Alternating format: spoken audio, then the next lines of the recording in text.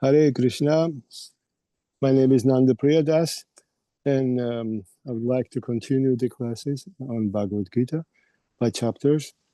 And today we're going to talk about Bhagavad Gita as it is, translated by His Divine Grace, Bhaktivedanta Swami Prabhupada. And we will talk about second chapter. This chapter consists of 72 shlokas. That's why we will divide lectures in two. I have to just make sure I said the right number of the shlokas. Yes, 72. Good. And I will start with invocation. Om Namo Bhagavate Vasudevaya. Om Namo Bhagavate Vasudevaya. Om Namo Bhagavate Vasudevaya. Bhagavad Gita as it is, chapter 2.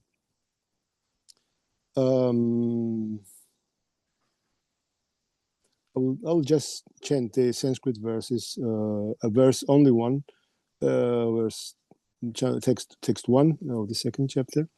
Sanjaya vacha tamdatha kripaya vishtam ashrupurna kuleshna lekshanam vishidantam midam vakyam uvacha madhusudana. Sanjaya said, seeing Arjuna full of compassion, his mind depressed, his eyes full of tears, Madhusudana, Krishna, spoke the following words. We won't do the purports in these classes. We will just, do the overview. So, the second chapter starts where the first one ends. And at the end of the first chapter, Arjuna, gradually realizing that he doesn't really want to kill his cousins, he becomes more and more depressed, and he becomes more and more convinced that he doesn't want to fight, even though he stands just before the opposing army. And previous to last verse, he says that better for me if the sons of Dhritarashtra, weapons in hand, were to kill me unarmed and unresisting on the battlefield. He just concludes that it's better for him to be killed by his cousins without resistance. And when he says that, Sanjaya actually continues. He comments that Arjuna, having thus spoken on the battlefield, cast aside his bow and arrows and sat down on the chariot, his mind overwhelmed with grief. He is very, very aggrieved, and he doesn't want to fight. And now we go to the second chapter. In a couple of verses in the beginning of the second chapter, Arjuna still continues, talking about, he brings some arguments why he doesn't want to fight.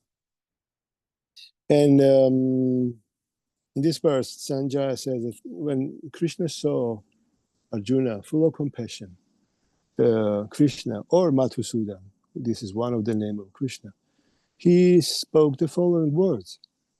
The use of name of Madhusudan is important because Madhusudan means is the name of Krishna. Krishna, the killer of demon Madhu. In other words, Krishna can kill the demon of doubt. So, Srila Prabhupada actually says in this purport that compassion, which is kripaya, by compassion, Arjuna is overwhelmed by compassion. He is very much sorry for his cousins to be killed. So Prabhupada speaks about compassion, and nobody knows where to apply compassion, because we always think compassion is in regards of the body or mind, but this is not the true compassion, because Prabhupada says that if you save somebody's garments, somebody who's drawing in the ocean or in the water, and if you just save his clothes without saving the person, so what's the use of such a compassion? What's the use of such help? So this is the idea, but because we are identifying ourselves with this body, so compassion is directed towards the body and not the soul. Yes. So what's the next verse? Next verse, actually, the first time in Bhagavad Gita when Krishna is addressed as Sri Bhagavan. Sri Bhagavan Uvacha, it says, Kutastvaha kashmala midam vishame samupastitam anarya justama svargyam akirtikaram Arjuna. The Supreme Personality of Godhead said, "My dear Arjuna, how have these impurities come upon you? They are not at all befitting a man who knows the value of life. They lead not to higher planets, but to infamy." So this is the first time Krishna is addressed in the Bhagavad Gita, of course, as Sri Bhagavan. So Krishna acts as a chariot driver, as an ordinary human being. But, Arjuna turns to Krishna because he knows this is Bhagavan, this is Sri Bhagavan. When I speak with my Indian friends, when we talk, not Indian people, we always talk about God, Krishna, within Krishna consciousness. In India, Bhagavan is a normal word for God, basically, Bhagavan, because Bhagavan means Bhagavan, somebody who possesses Bhagas. Bhaga is the six opulences, as Prabhupada translates, opulences, six opulences. Aishwarasya, Samagrasya, Viryasya, Yashasas, Shriya. This is description by Parashara Muni.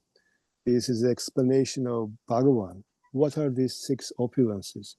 Aishwarya, this is power to control everything, to rule over everything. Virya means power. Shri means beauty. Yasha means fame, most famous. Uh, and Jnana means knowledge. And then the sixth one, last one, is a Vairagya. He possesses all these things, but he is totally renounced. So this is Krishna. This is Krishna. Only Krishna can possess all these things. There are many famous people, many beautiful people, knowledgeable people, but nobody can say they have all these opulences in full. Krishna has them. Samagra means in full, all these six. So this is first time we hear about Krishna as the Bhagavan. Now he shows himself who he is. Yes. And he immediately goes directly to the core of the issue. He says, Vasanaprita, do not yell to this degrading impotence. It doesn't become you. Give up such pity, weakness of heart, and rise, a chastiser of the enemy. He doesn't accept Arjuna's arguments at all. He says, you are very weak, and do not yell to it. Do not become, subject to this petty weakness, petty impotence. Arise and fight. He always says Arjuna should fight. He doesn't care about Arjuna's arguments. This is very, very nice. He thinks that one should fight because this is his duty, Arjuna's duty. Now again, we hear Arjuna. Arjuna vacha katham pishma maham sankhye dronam chama tusudana ishupi pratyotsami pujarha arisudana. Arisudana means a killer of the enemy. Ari means Murari, the enemy of Mura, the demon Mura. Arisudana means one who kills the enemies, Krishna. Arjuna says, "O killer of enemies, O killer of Madhu, how can I counteract with arrows in battle men like Bhishma and Drona, who are worthy of my worship?" But Arjuna cannot understand. How can I fight? How can I counteract with arrows Bhishma and Drona and others? I mean, they are just, they are superior to me. They are very worshipable. In the next verse, he says, it would be better to live in this world by begging than to live at the cost of the lives of great souls who are my teachers. These were his teachers, Bhishma and Drona and so on. So very respectable people. So he cannot imagine that he could kill them. So this is well, even in Georgian culture, you don't you are very respectful to the superiors. In my at least, in my upraising. So in my upbringing, we were always very respectful to even somebody who is like a couple of years older than you. So what to speak of, somebody who is at the age of your father or grandfather, like Bhishma. Um, even though desiring worldly gain, they are superiors. If they are killed, everything we enjoy will be tainted with blood. So Arjuna has these arguments, and he brings up more. Nor do we know what is better, which is better, conquering them or being conquered by them. If we kill the sons of Dhritarashtra, we should not care to live. Yet they are now standing before us on the battlefield. Now he doesn't know what is right or what is wrong anymore. Shall we kill them or shall we be killed? He has no idea what's the right course. That's why next he says, now I'm confused about my duty and have lost all composure because of miserly weakness. In this condition, I'm asking you to tell me for certain what is best for me. Now I am your disciple and a soul surrendered unto you. Please instruct me. Now Arjuna doesn't think anymore that Krishna is an ordinary human being. He surrenders to him as a disciple because Arjuna is totally confused. He doesn't know what to do, what is right, what is wrong. So, yes. And then he continues, I can find no means to drive away this grief, which is drying up my senses. I will not be able to dispel it even if I win a prosperous, unrivaled kingdom on earth with sovereignty like the demigods in heaven. So he's very grieved. And then Sanjaya concludes this part of Bhagavad Gita. Sanjaya said, having spoken thus, Arjuna, chastise our enemies, told Krishna, Govinda, I shall not fight, and fell silent.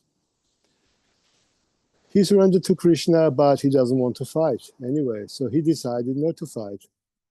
He tells Krishna, Govinda, I shall not fight. Govinda means one who gives pleasure to the cows, to the brahmanas, and to the senses. I mean, control of the senses, basically. So, yes. And this is the way he addressed Krishna. And Sanjaya continues, O descendant of Bharata, at that time, Krishna, smiling in the midst of both the armies, spoke the following words to the grief-stricken Arjuna.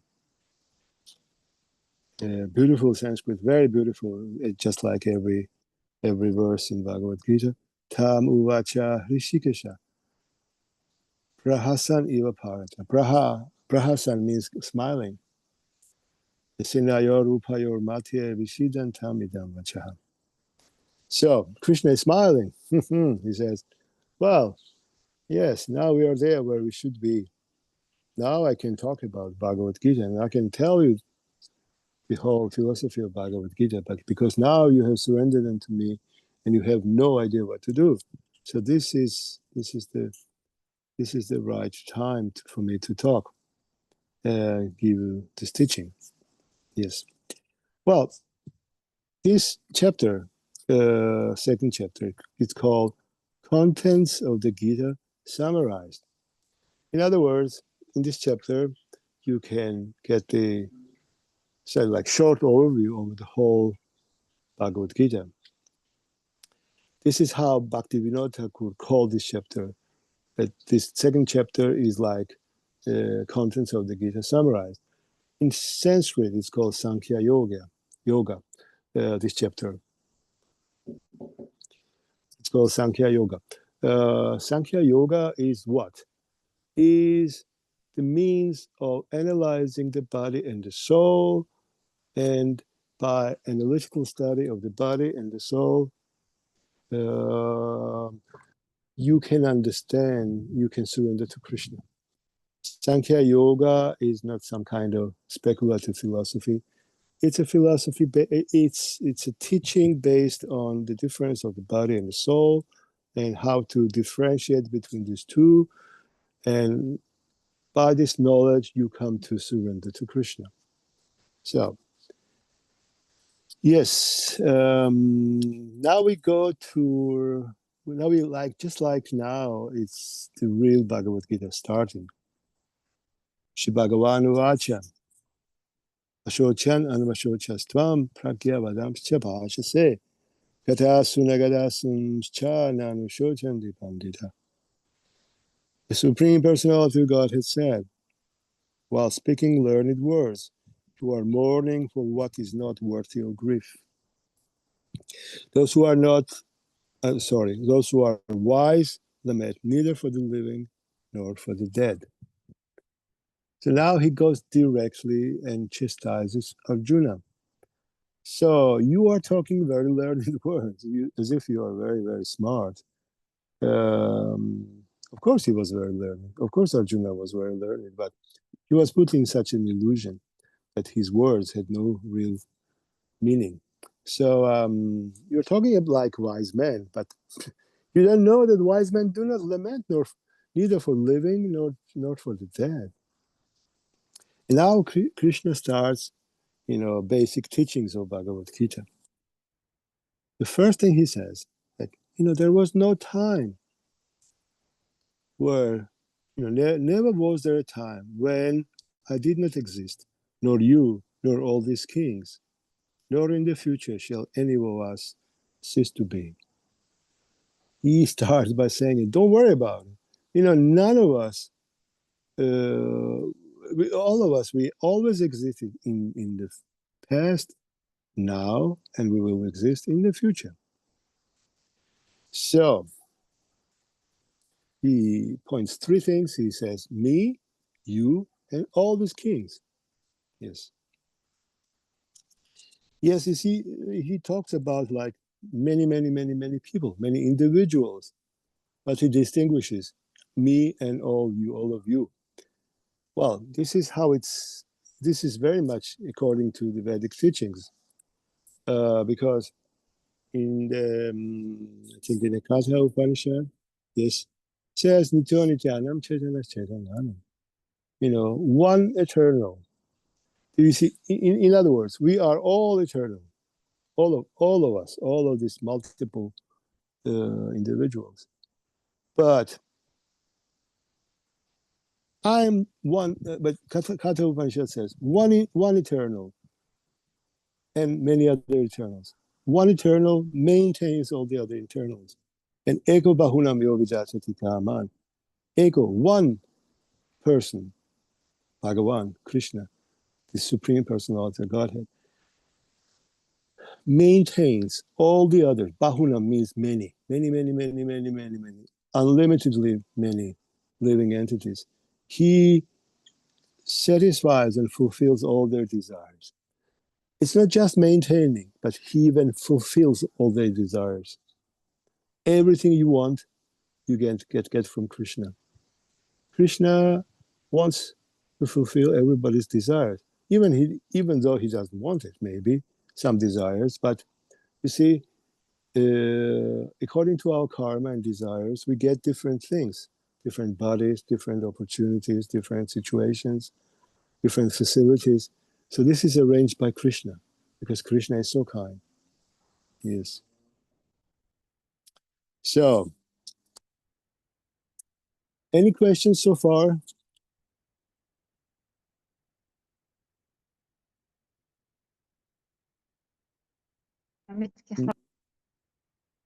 Sorry?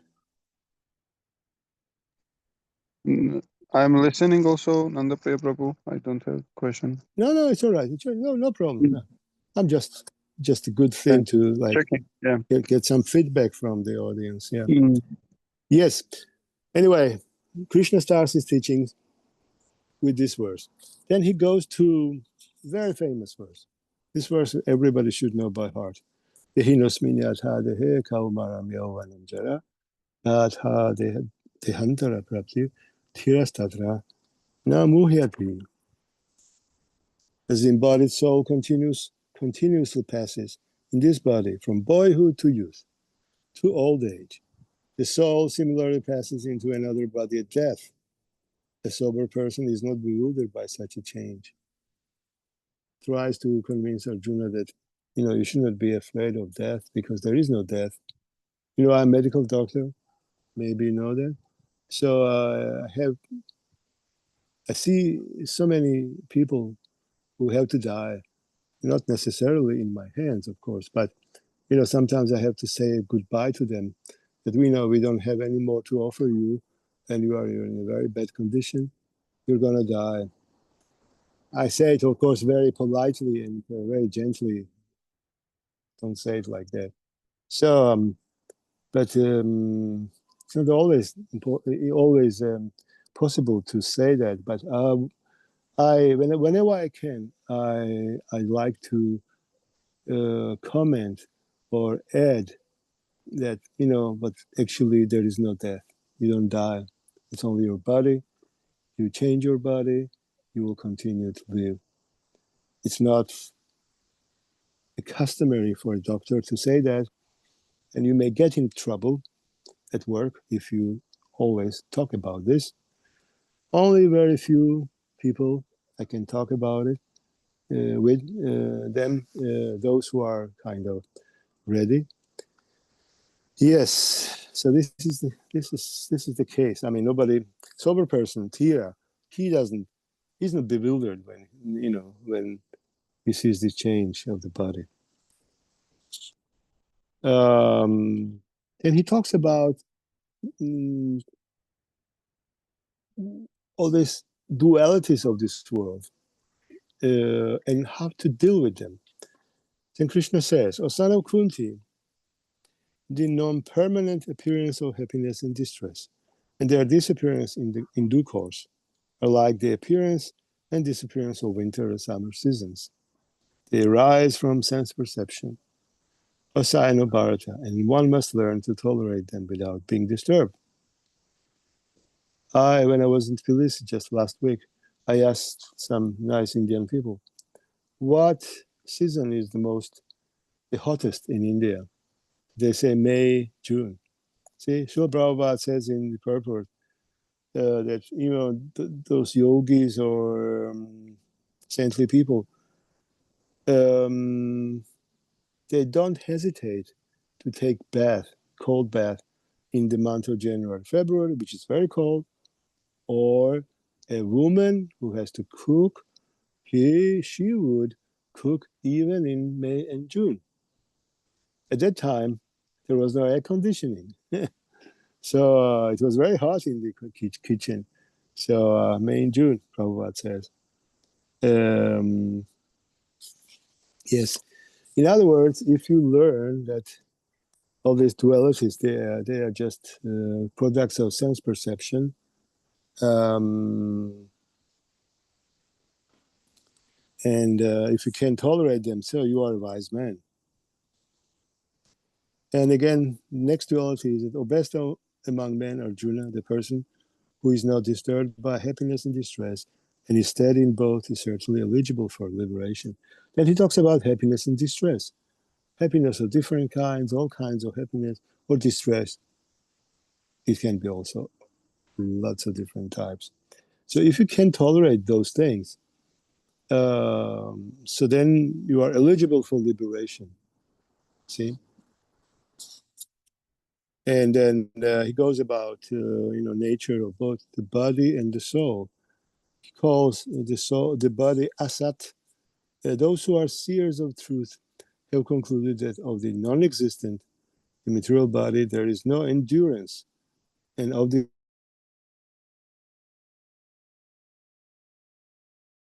study of the nature of both. So wise men, they understand that asat, our material body, is actually doesn't last too long. It's asat. It's not really existing. It is existing, but it's just temporary, isn't it? Soul is eternal, and this soul does what? That which pervades the entire body. You should know to be indestructible. Something pervades the whole body. This is consciousness. Consciousness is a sign, a symptom of the soul. Just like the rays. Now you see the sun is shining on me. So sun is far away, but the rays are here. So just like that, consciousness is a sign of the presence of the soul. When because the body is pervaded by consciousness when the soul is there. When soul leaves the body, consciousness is gone. So no one is able to destroy that imperishable soul, he says. So it's indestructible. Well, in the purports into this verse, Srila Prabhupada quotes Shvetashvatara Upanishad, where it says, "How big is the soul?" When the upper point of a hair is divided into 100 parts, and again, each of such parts is further divided into 100 parts, each such part is a measurement of the dimension of the spirit soul. Yes, we cannot measure the soul. We know the parts which are even smaller than this, like subatomic and small particles, but it's not the point to give exact. Anyway, it's what he says in Shvetashvatara Upanishad about the size of the soul. So in other words, it's very, very minute. It's very small. And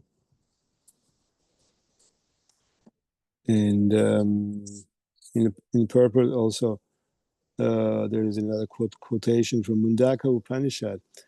The soul is atomic in size and can be perceived by perfect intelligence. Perfect intelligence. Purified intelligence. This atomic soul is floating in the 5 kinds of air. Prana, Apana, Vyana, Samana, and Udana. So these are different airs, like going up and going down, going in, going out, circulating, and so on. So these are some very subtle energies. It's not air like this, what we perceive. It's a very etheric. Yes, it's floating in these 5 kinds of air. Is situated within the heart. The soul is in the heart. And spreads its influence all over the body of the embodied living entities.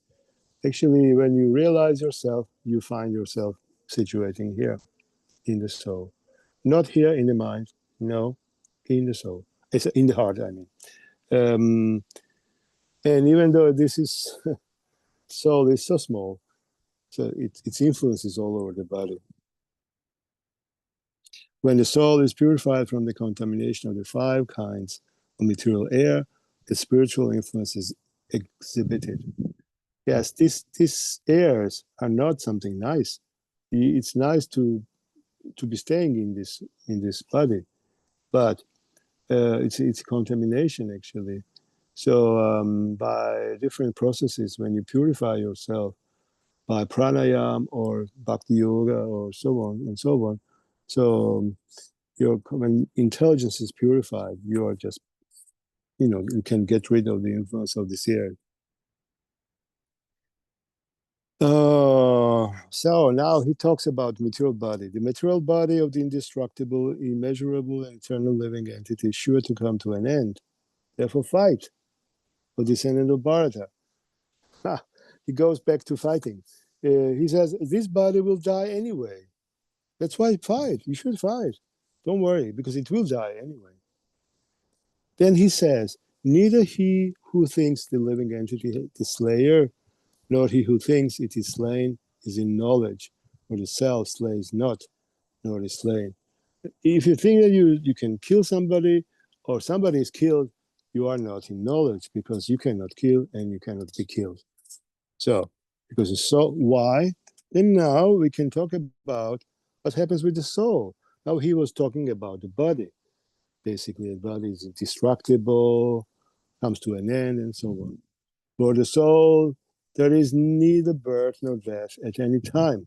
He has not come into being, does not come into being, and will not come into being. He's unborn, eternal, ever existing, and primeval. He's not slain when the body is slain. So it's totally different with the soul. It has never been created. It will not be created because it's always there. It has been existing all the time. So it won't die when the body will die. Apart, how can a person who knows that soul is indestructible, eternal, unborn, and immutable kill anyone or cause anyone to kill? Yeah. As a person puts on new garments, giving up old ones, the soul similarly accepts new material bodies, giving up the old and useless ones. So, changing the body, this means that, death, it's just like changing the garments, changing the clothes. When you, take off your old clothes and put up new ones, in the same way, the soul, when the material body is useless, so soul will give it up and get a new one. Soul can never be cut to pieces by any weapon, nor burned by fire, nor moistened by water, nor withered by the wind. Nothing can hit the soul. This individual soul is unbreakable and insoluble, and can be neither burned nor dried. He is everlasting, present everywhere, unchangeable, immovable, and eternally the same. So he describes soul from different points of view. It is said that the soul is invisible, inconceivable, and immutable. Knowing this, you should not grieve for the body. If, however, you think the soul, now that was up to now, he was talking about, like soul and the body. Now, what about if you don't believe that there's soul and there is soul, that there exists such a thing as soul? What about then? What now? Krishna says that if, however, you think that the soul or the symptoms of life will always be born and die forever, it means that just like materialistic idea, we are born once and we die forever and will never be born again. You still have no reason to lament, or mighty arm. Now he thinks that even then, well, what's the problem if you never existed anyway? So just exist just a short period of time. So why do you want to lament for that? One who has taken his birth is sure to die, and after that, one is sure to take birth again. He talks about soul getting the body. Therefore, in the unavoidable discharge of your duty, you should not lament. He says that you cannot avoid discharging your duty. It's unavoidable. You have no choice. And that's why just do your duty and don't lament. That's what he said. All created beings are unmanifest in the beginning, manifest in their interim state, and unmanifest again when annihilated. So what need is there for lamentation? In other words, before you born in this body, we are born in this body. We are unmanifest. We don't know where we are. Nobody knows where we have been. This is in the beginning, we are unmanifested. Then we are manifested during this life. Then we go again unmanifested after that. So why should we lament? now how different people think about the soul. Some look on the soul as amazing. Some describe him as amazing. And some hear of him as amazing. While others, even after hearing about him, cannot understand him at all. Some people are very fascinated by the soul, and some people, even though they hear, they have no clue. They cannot understand anything anyway. But descendant of Parata, he who dwells in the body can never be slain. Therefore, you need not grieve for any living being. Any questions? You don't need to answer. Okay. I realize there are no questions. Good. Very good. Now you see, this is like analytical study of the body and the soul up to now. Now Krishna talks about like duty and how to act. Now he goes to different part. So I think we are following our schedule very well. So we have like 8, 9 shlokas back to today's lecture. So now he talks about the duty and how to perform it. Considering your specific duty as a kshatriya, you should know that there is no better engagement for you than fighting on religious principles. And so there is no need for hesitation. So now he explained to him why he should fight. Why shouldn't he should not lament? Why he shouldn't lament? Why he should not be so sorry? Because he cannot kill anyone. Even if he kills the body, the soul is not killed.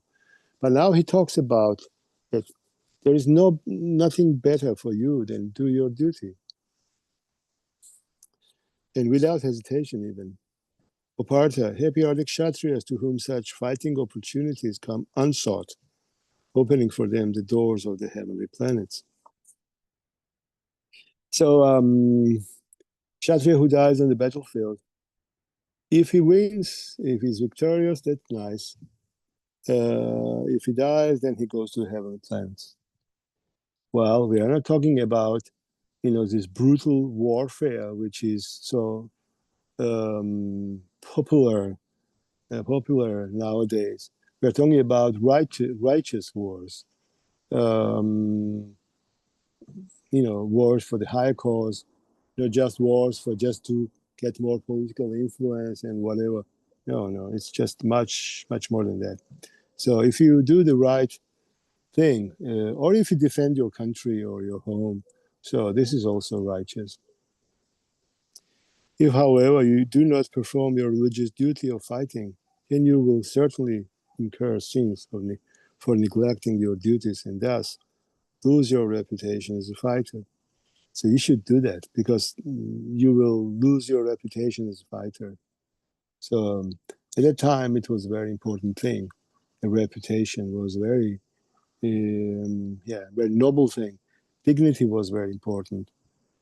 Not so much anymore. People are very much degraded compared to how they were at that time in the past. People will always speak of your infamy, and for a respectable person, this honor is worse than death. Infamy is not good. The great generals who have highly esteemed your name and fame will think that you have left the battlefield out of fear only, and thus they will consider you insignificant.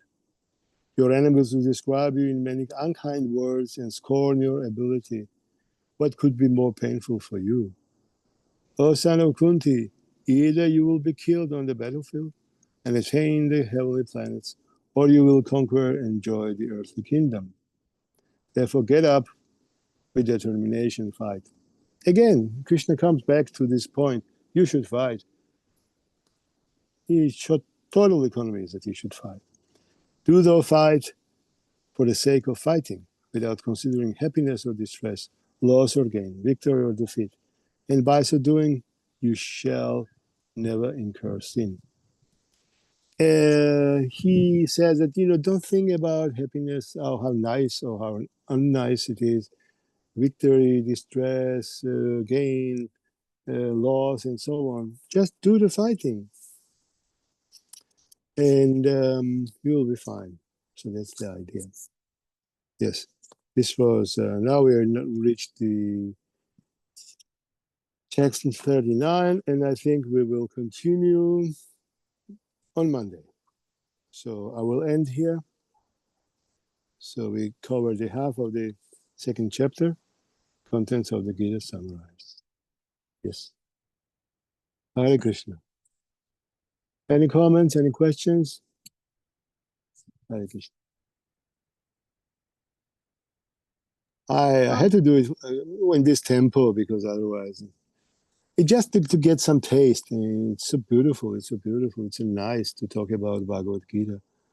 Yes, and we can see how beautiful it is composed. Hare Krishna Prabhuji, thank you Hare, for this session. Hare Krishna. I want to ask, like, in this Krishna text tells us about like we don't have like we not have to lament over material bodies. So I have to ask, like, how like do we know, like, if we are truly detached from our outcomes, or it's just a separation of our desires? Yes, sometimes I have seen it many times. People understand this. You should be, you should not lament. You shouldn't for the living or for the dead or so on and so on. It is misunderstood to be indifferent to anything. People are suffering. Yeah, you are not this body. Don't worry about it. No, it's not like that. It's definitely a very superficial understanding. It means that when you have, it just, philosophically, it's like that. Well, you will miss the person who will die. You are not happy that he died, but I mean, he at one point you will get too used to it. You will miss somebody who will die. Somebody dear to you, especially devotees or family or someone. Despite of all these points Krishna makes, he doesn't encourage to kill the bodies anyway. So it's this warfare was just absolutely important.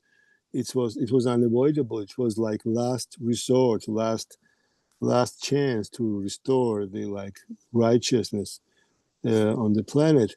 So Krishna tried to avoid this war very, very much, but it was not possible because of Duryodhana and the others. So Krishna doesn't encourage that, because you are not this body, you should not care about it. So this is a very special situation Arjuna is. It's not a normal thing for us to be in. But if you have to fight, then don't worry about it. Just fight without limitation. But for example, we are medical doctors, I guess. So you too, I guess, aren't you? Yes, you're. Yeah. So we have to take very good care of the bodies. This is yeah. This is not applicable there, but you see how the soul leaves the body and things like that. Ultimately, you realize that but you are sorry for the soul which maybe not lived a good life and gets used misuse the opportunity of elevation and instead being degraded because of whatever material association.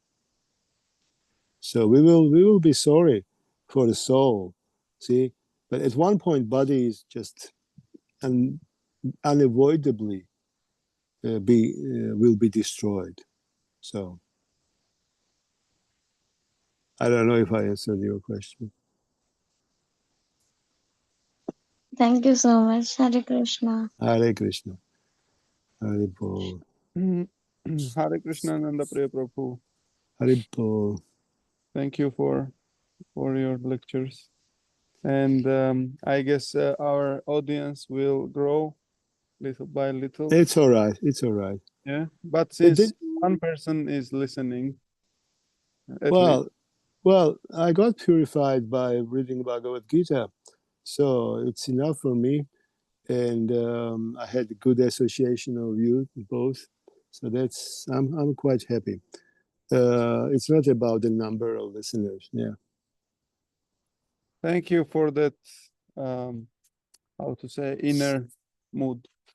Yes, Hare Krishna. And see you on Monday. I should learn from that. Hare Krishna. Then Haribol. we'll see you on Monday with Sure. with your lecture, Nandaprya Yes, Prabhu. I will finish the second chapter. Yeah. Yes. Yeah, Yes. very good. Okay. Start from Buddhi Yoga from 30. Yes. Very Okay. good. Hare Okay. Krishna. Thank you, Hare Prabhu. Haribol. Pranam Charan Prabhu. Hare Krishna. Hare Krishna. Hare Prabhu. Krishna. Hare Hare Krishna. Krishna. Thank you. Hare Krishna. You are welcome. Hare Krishna.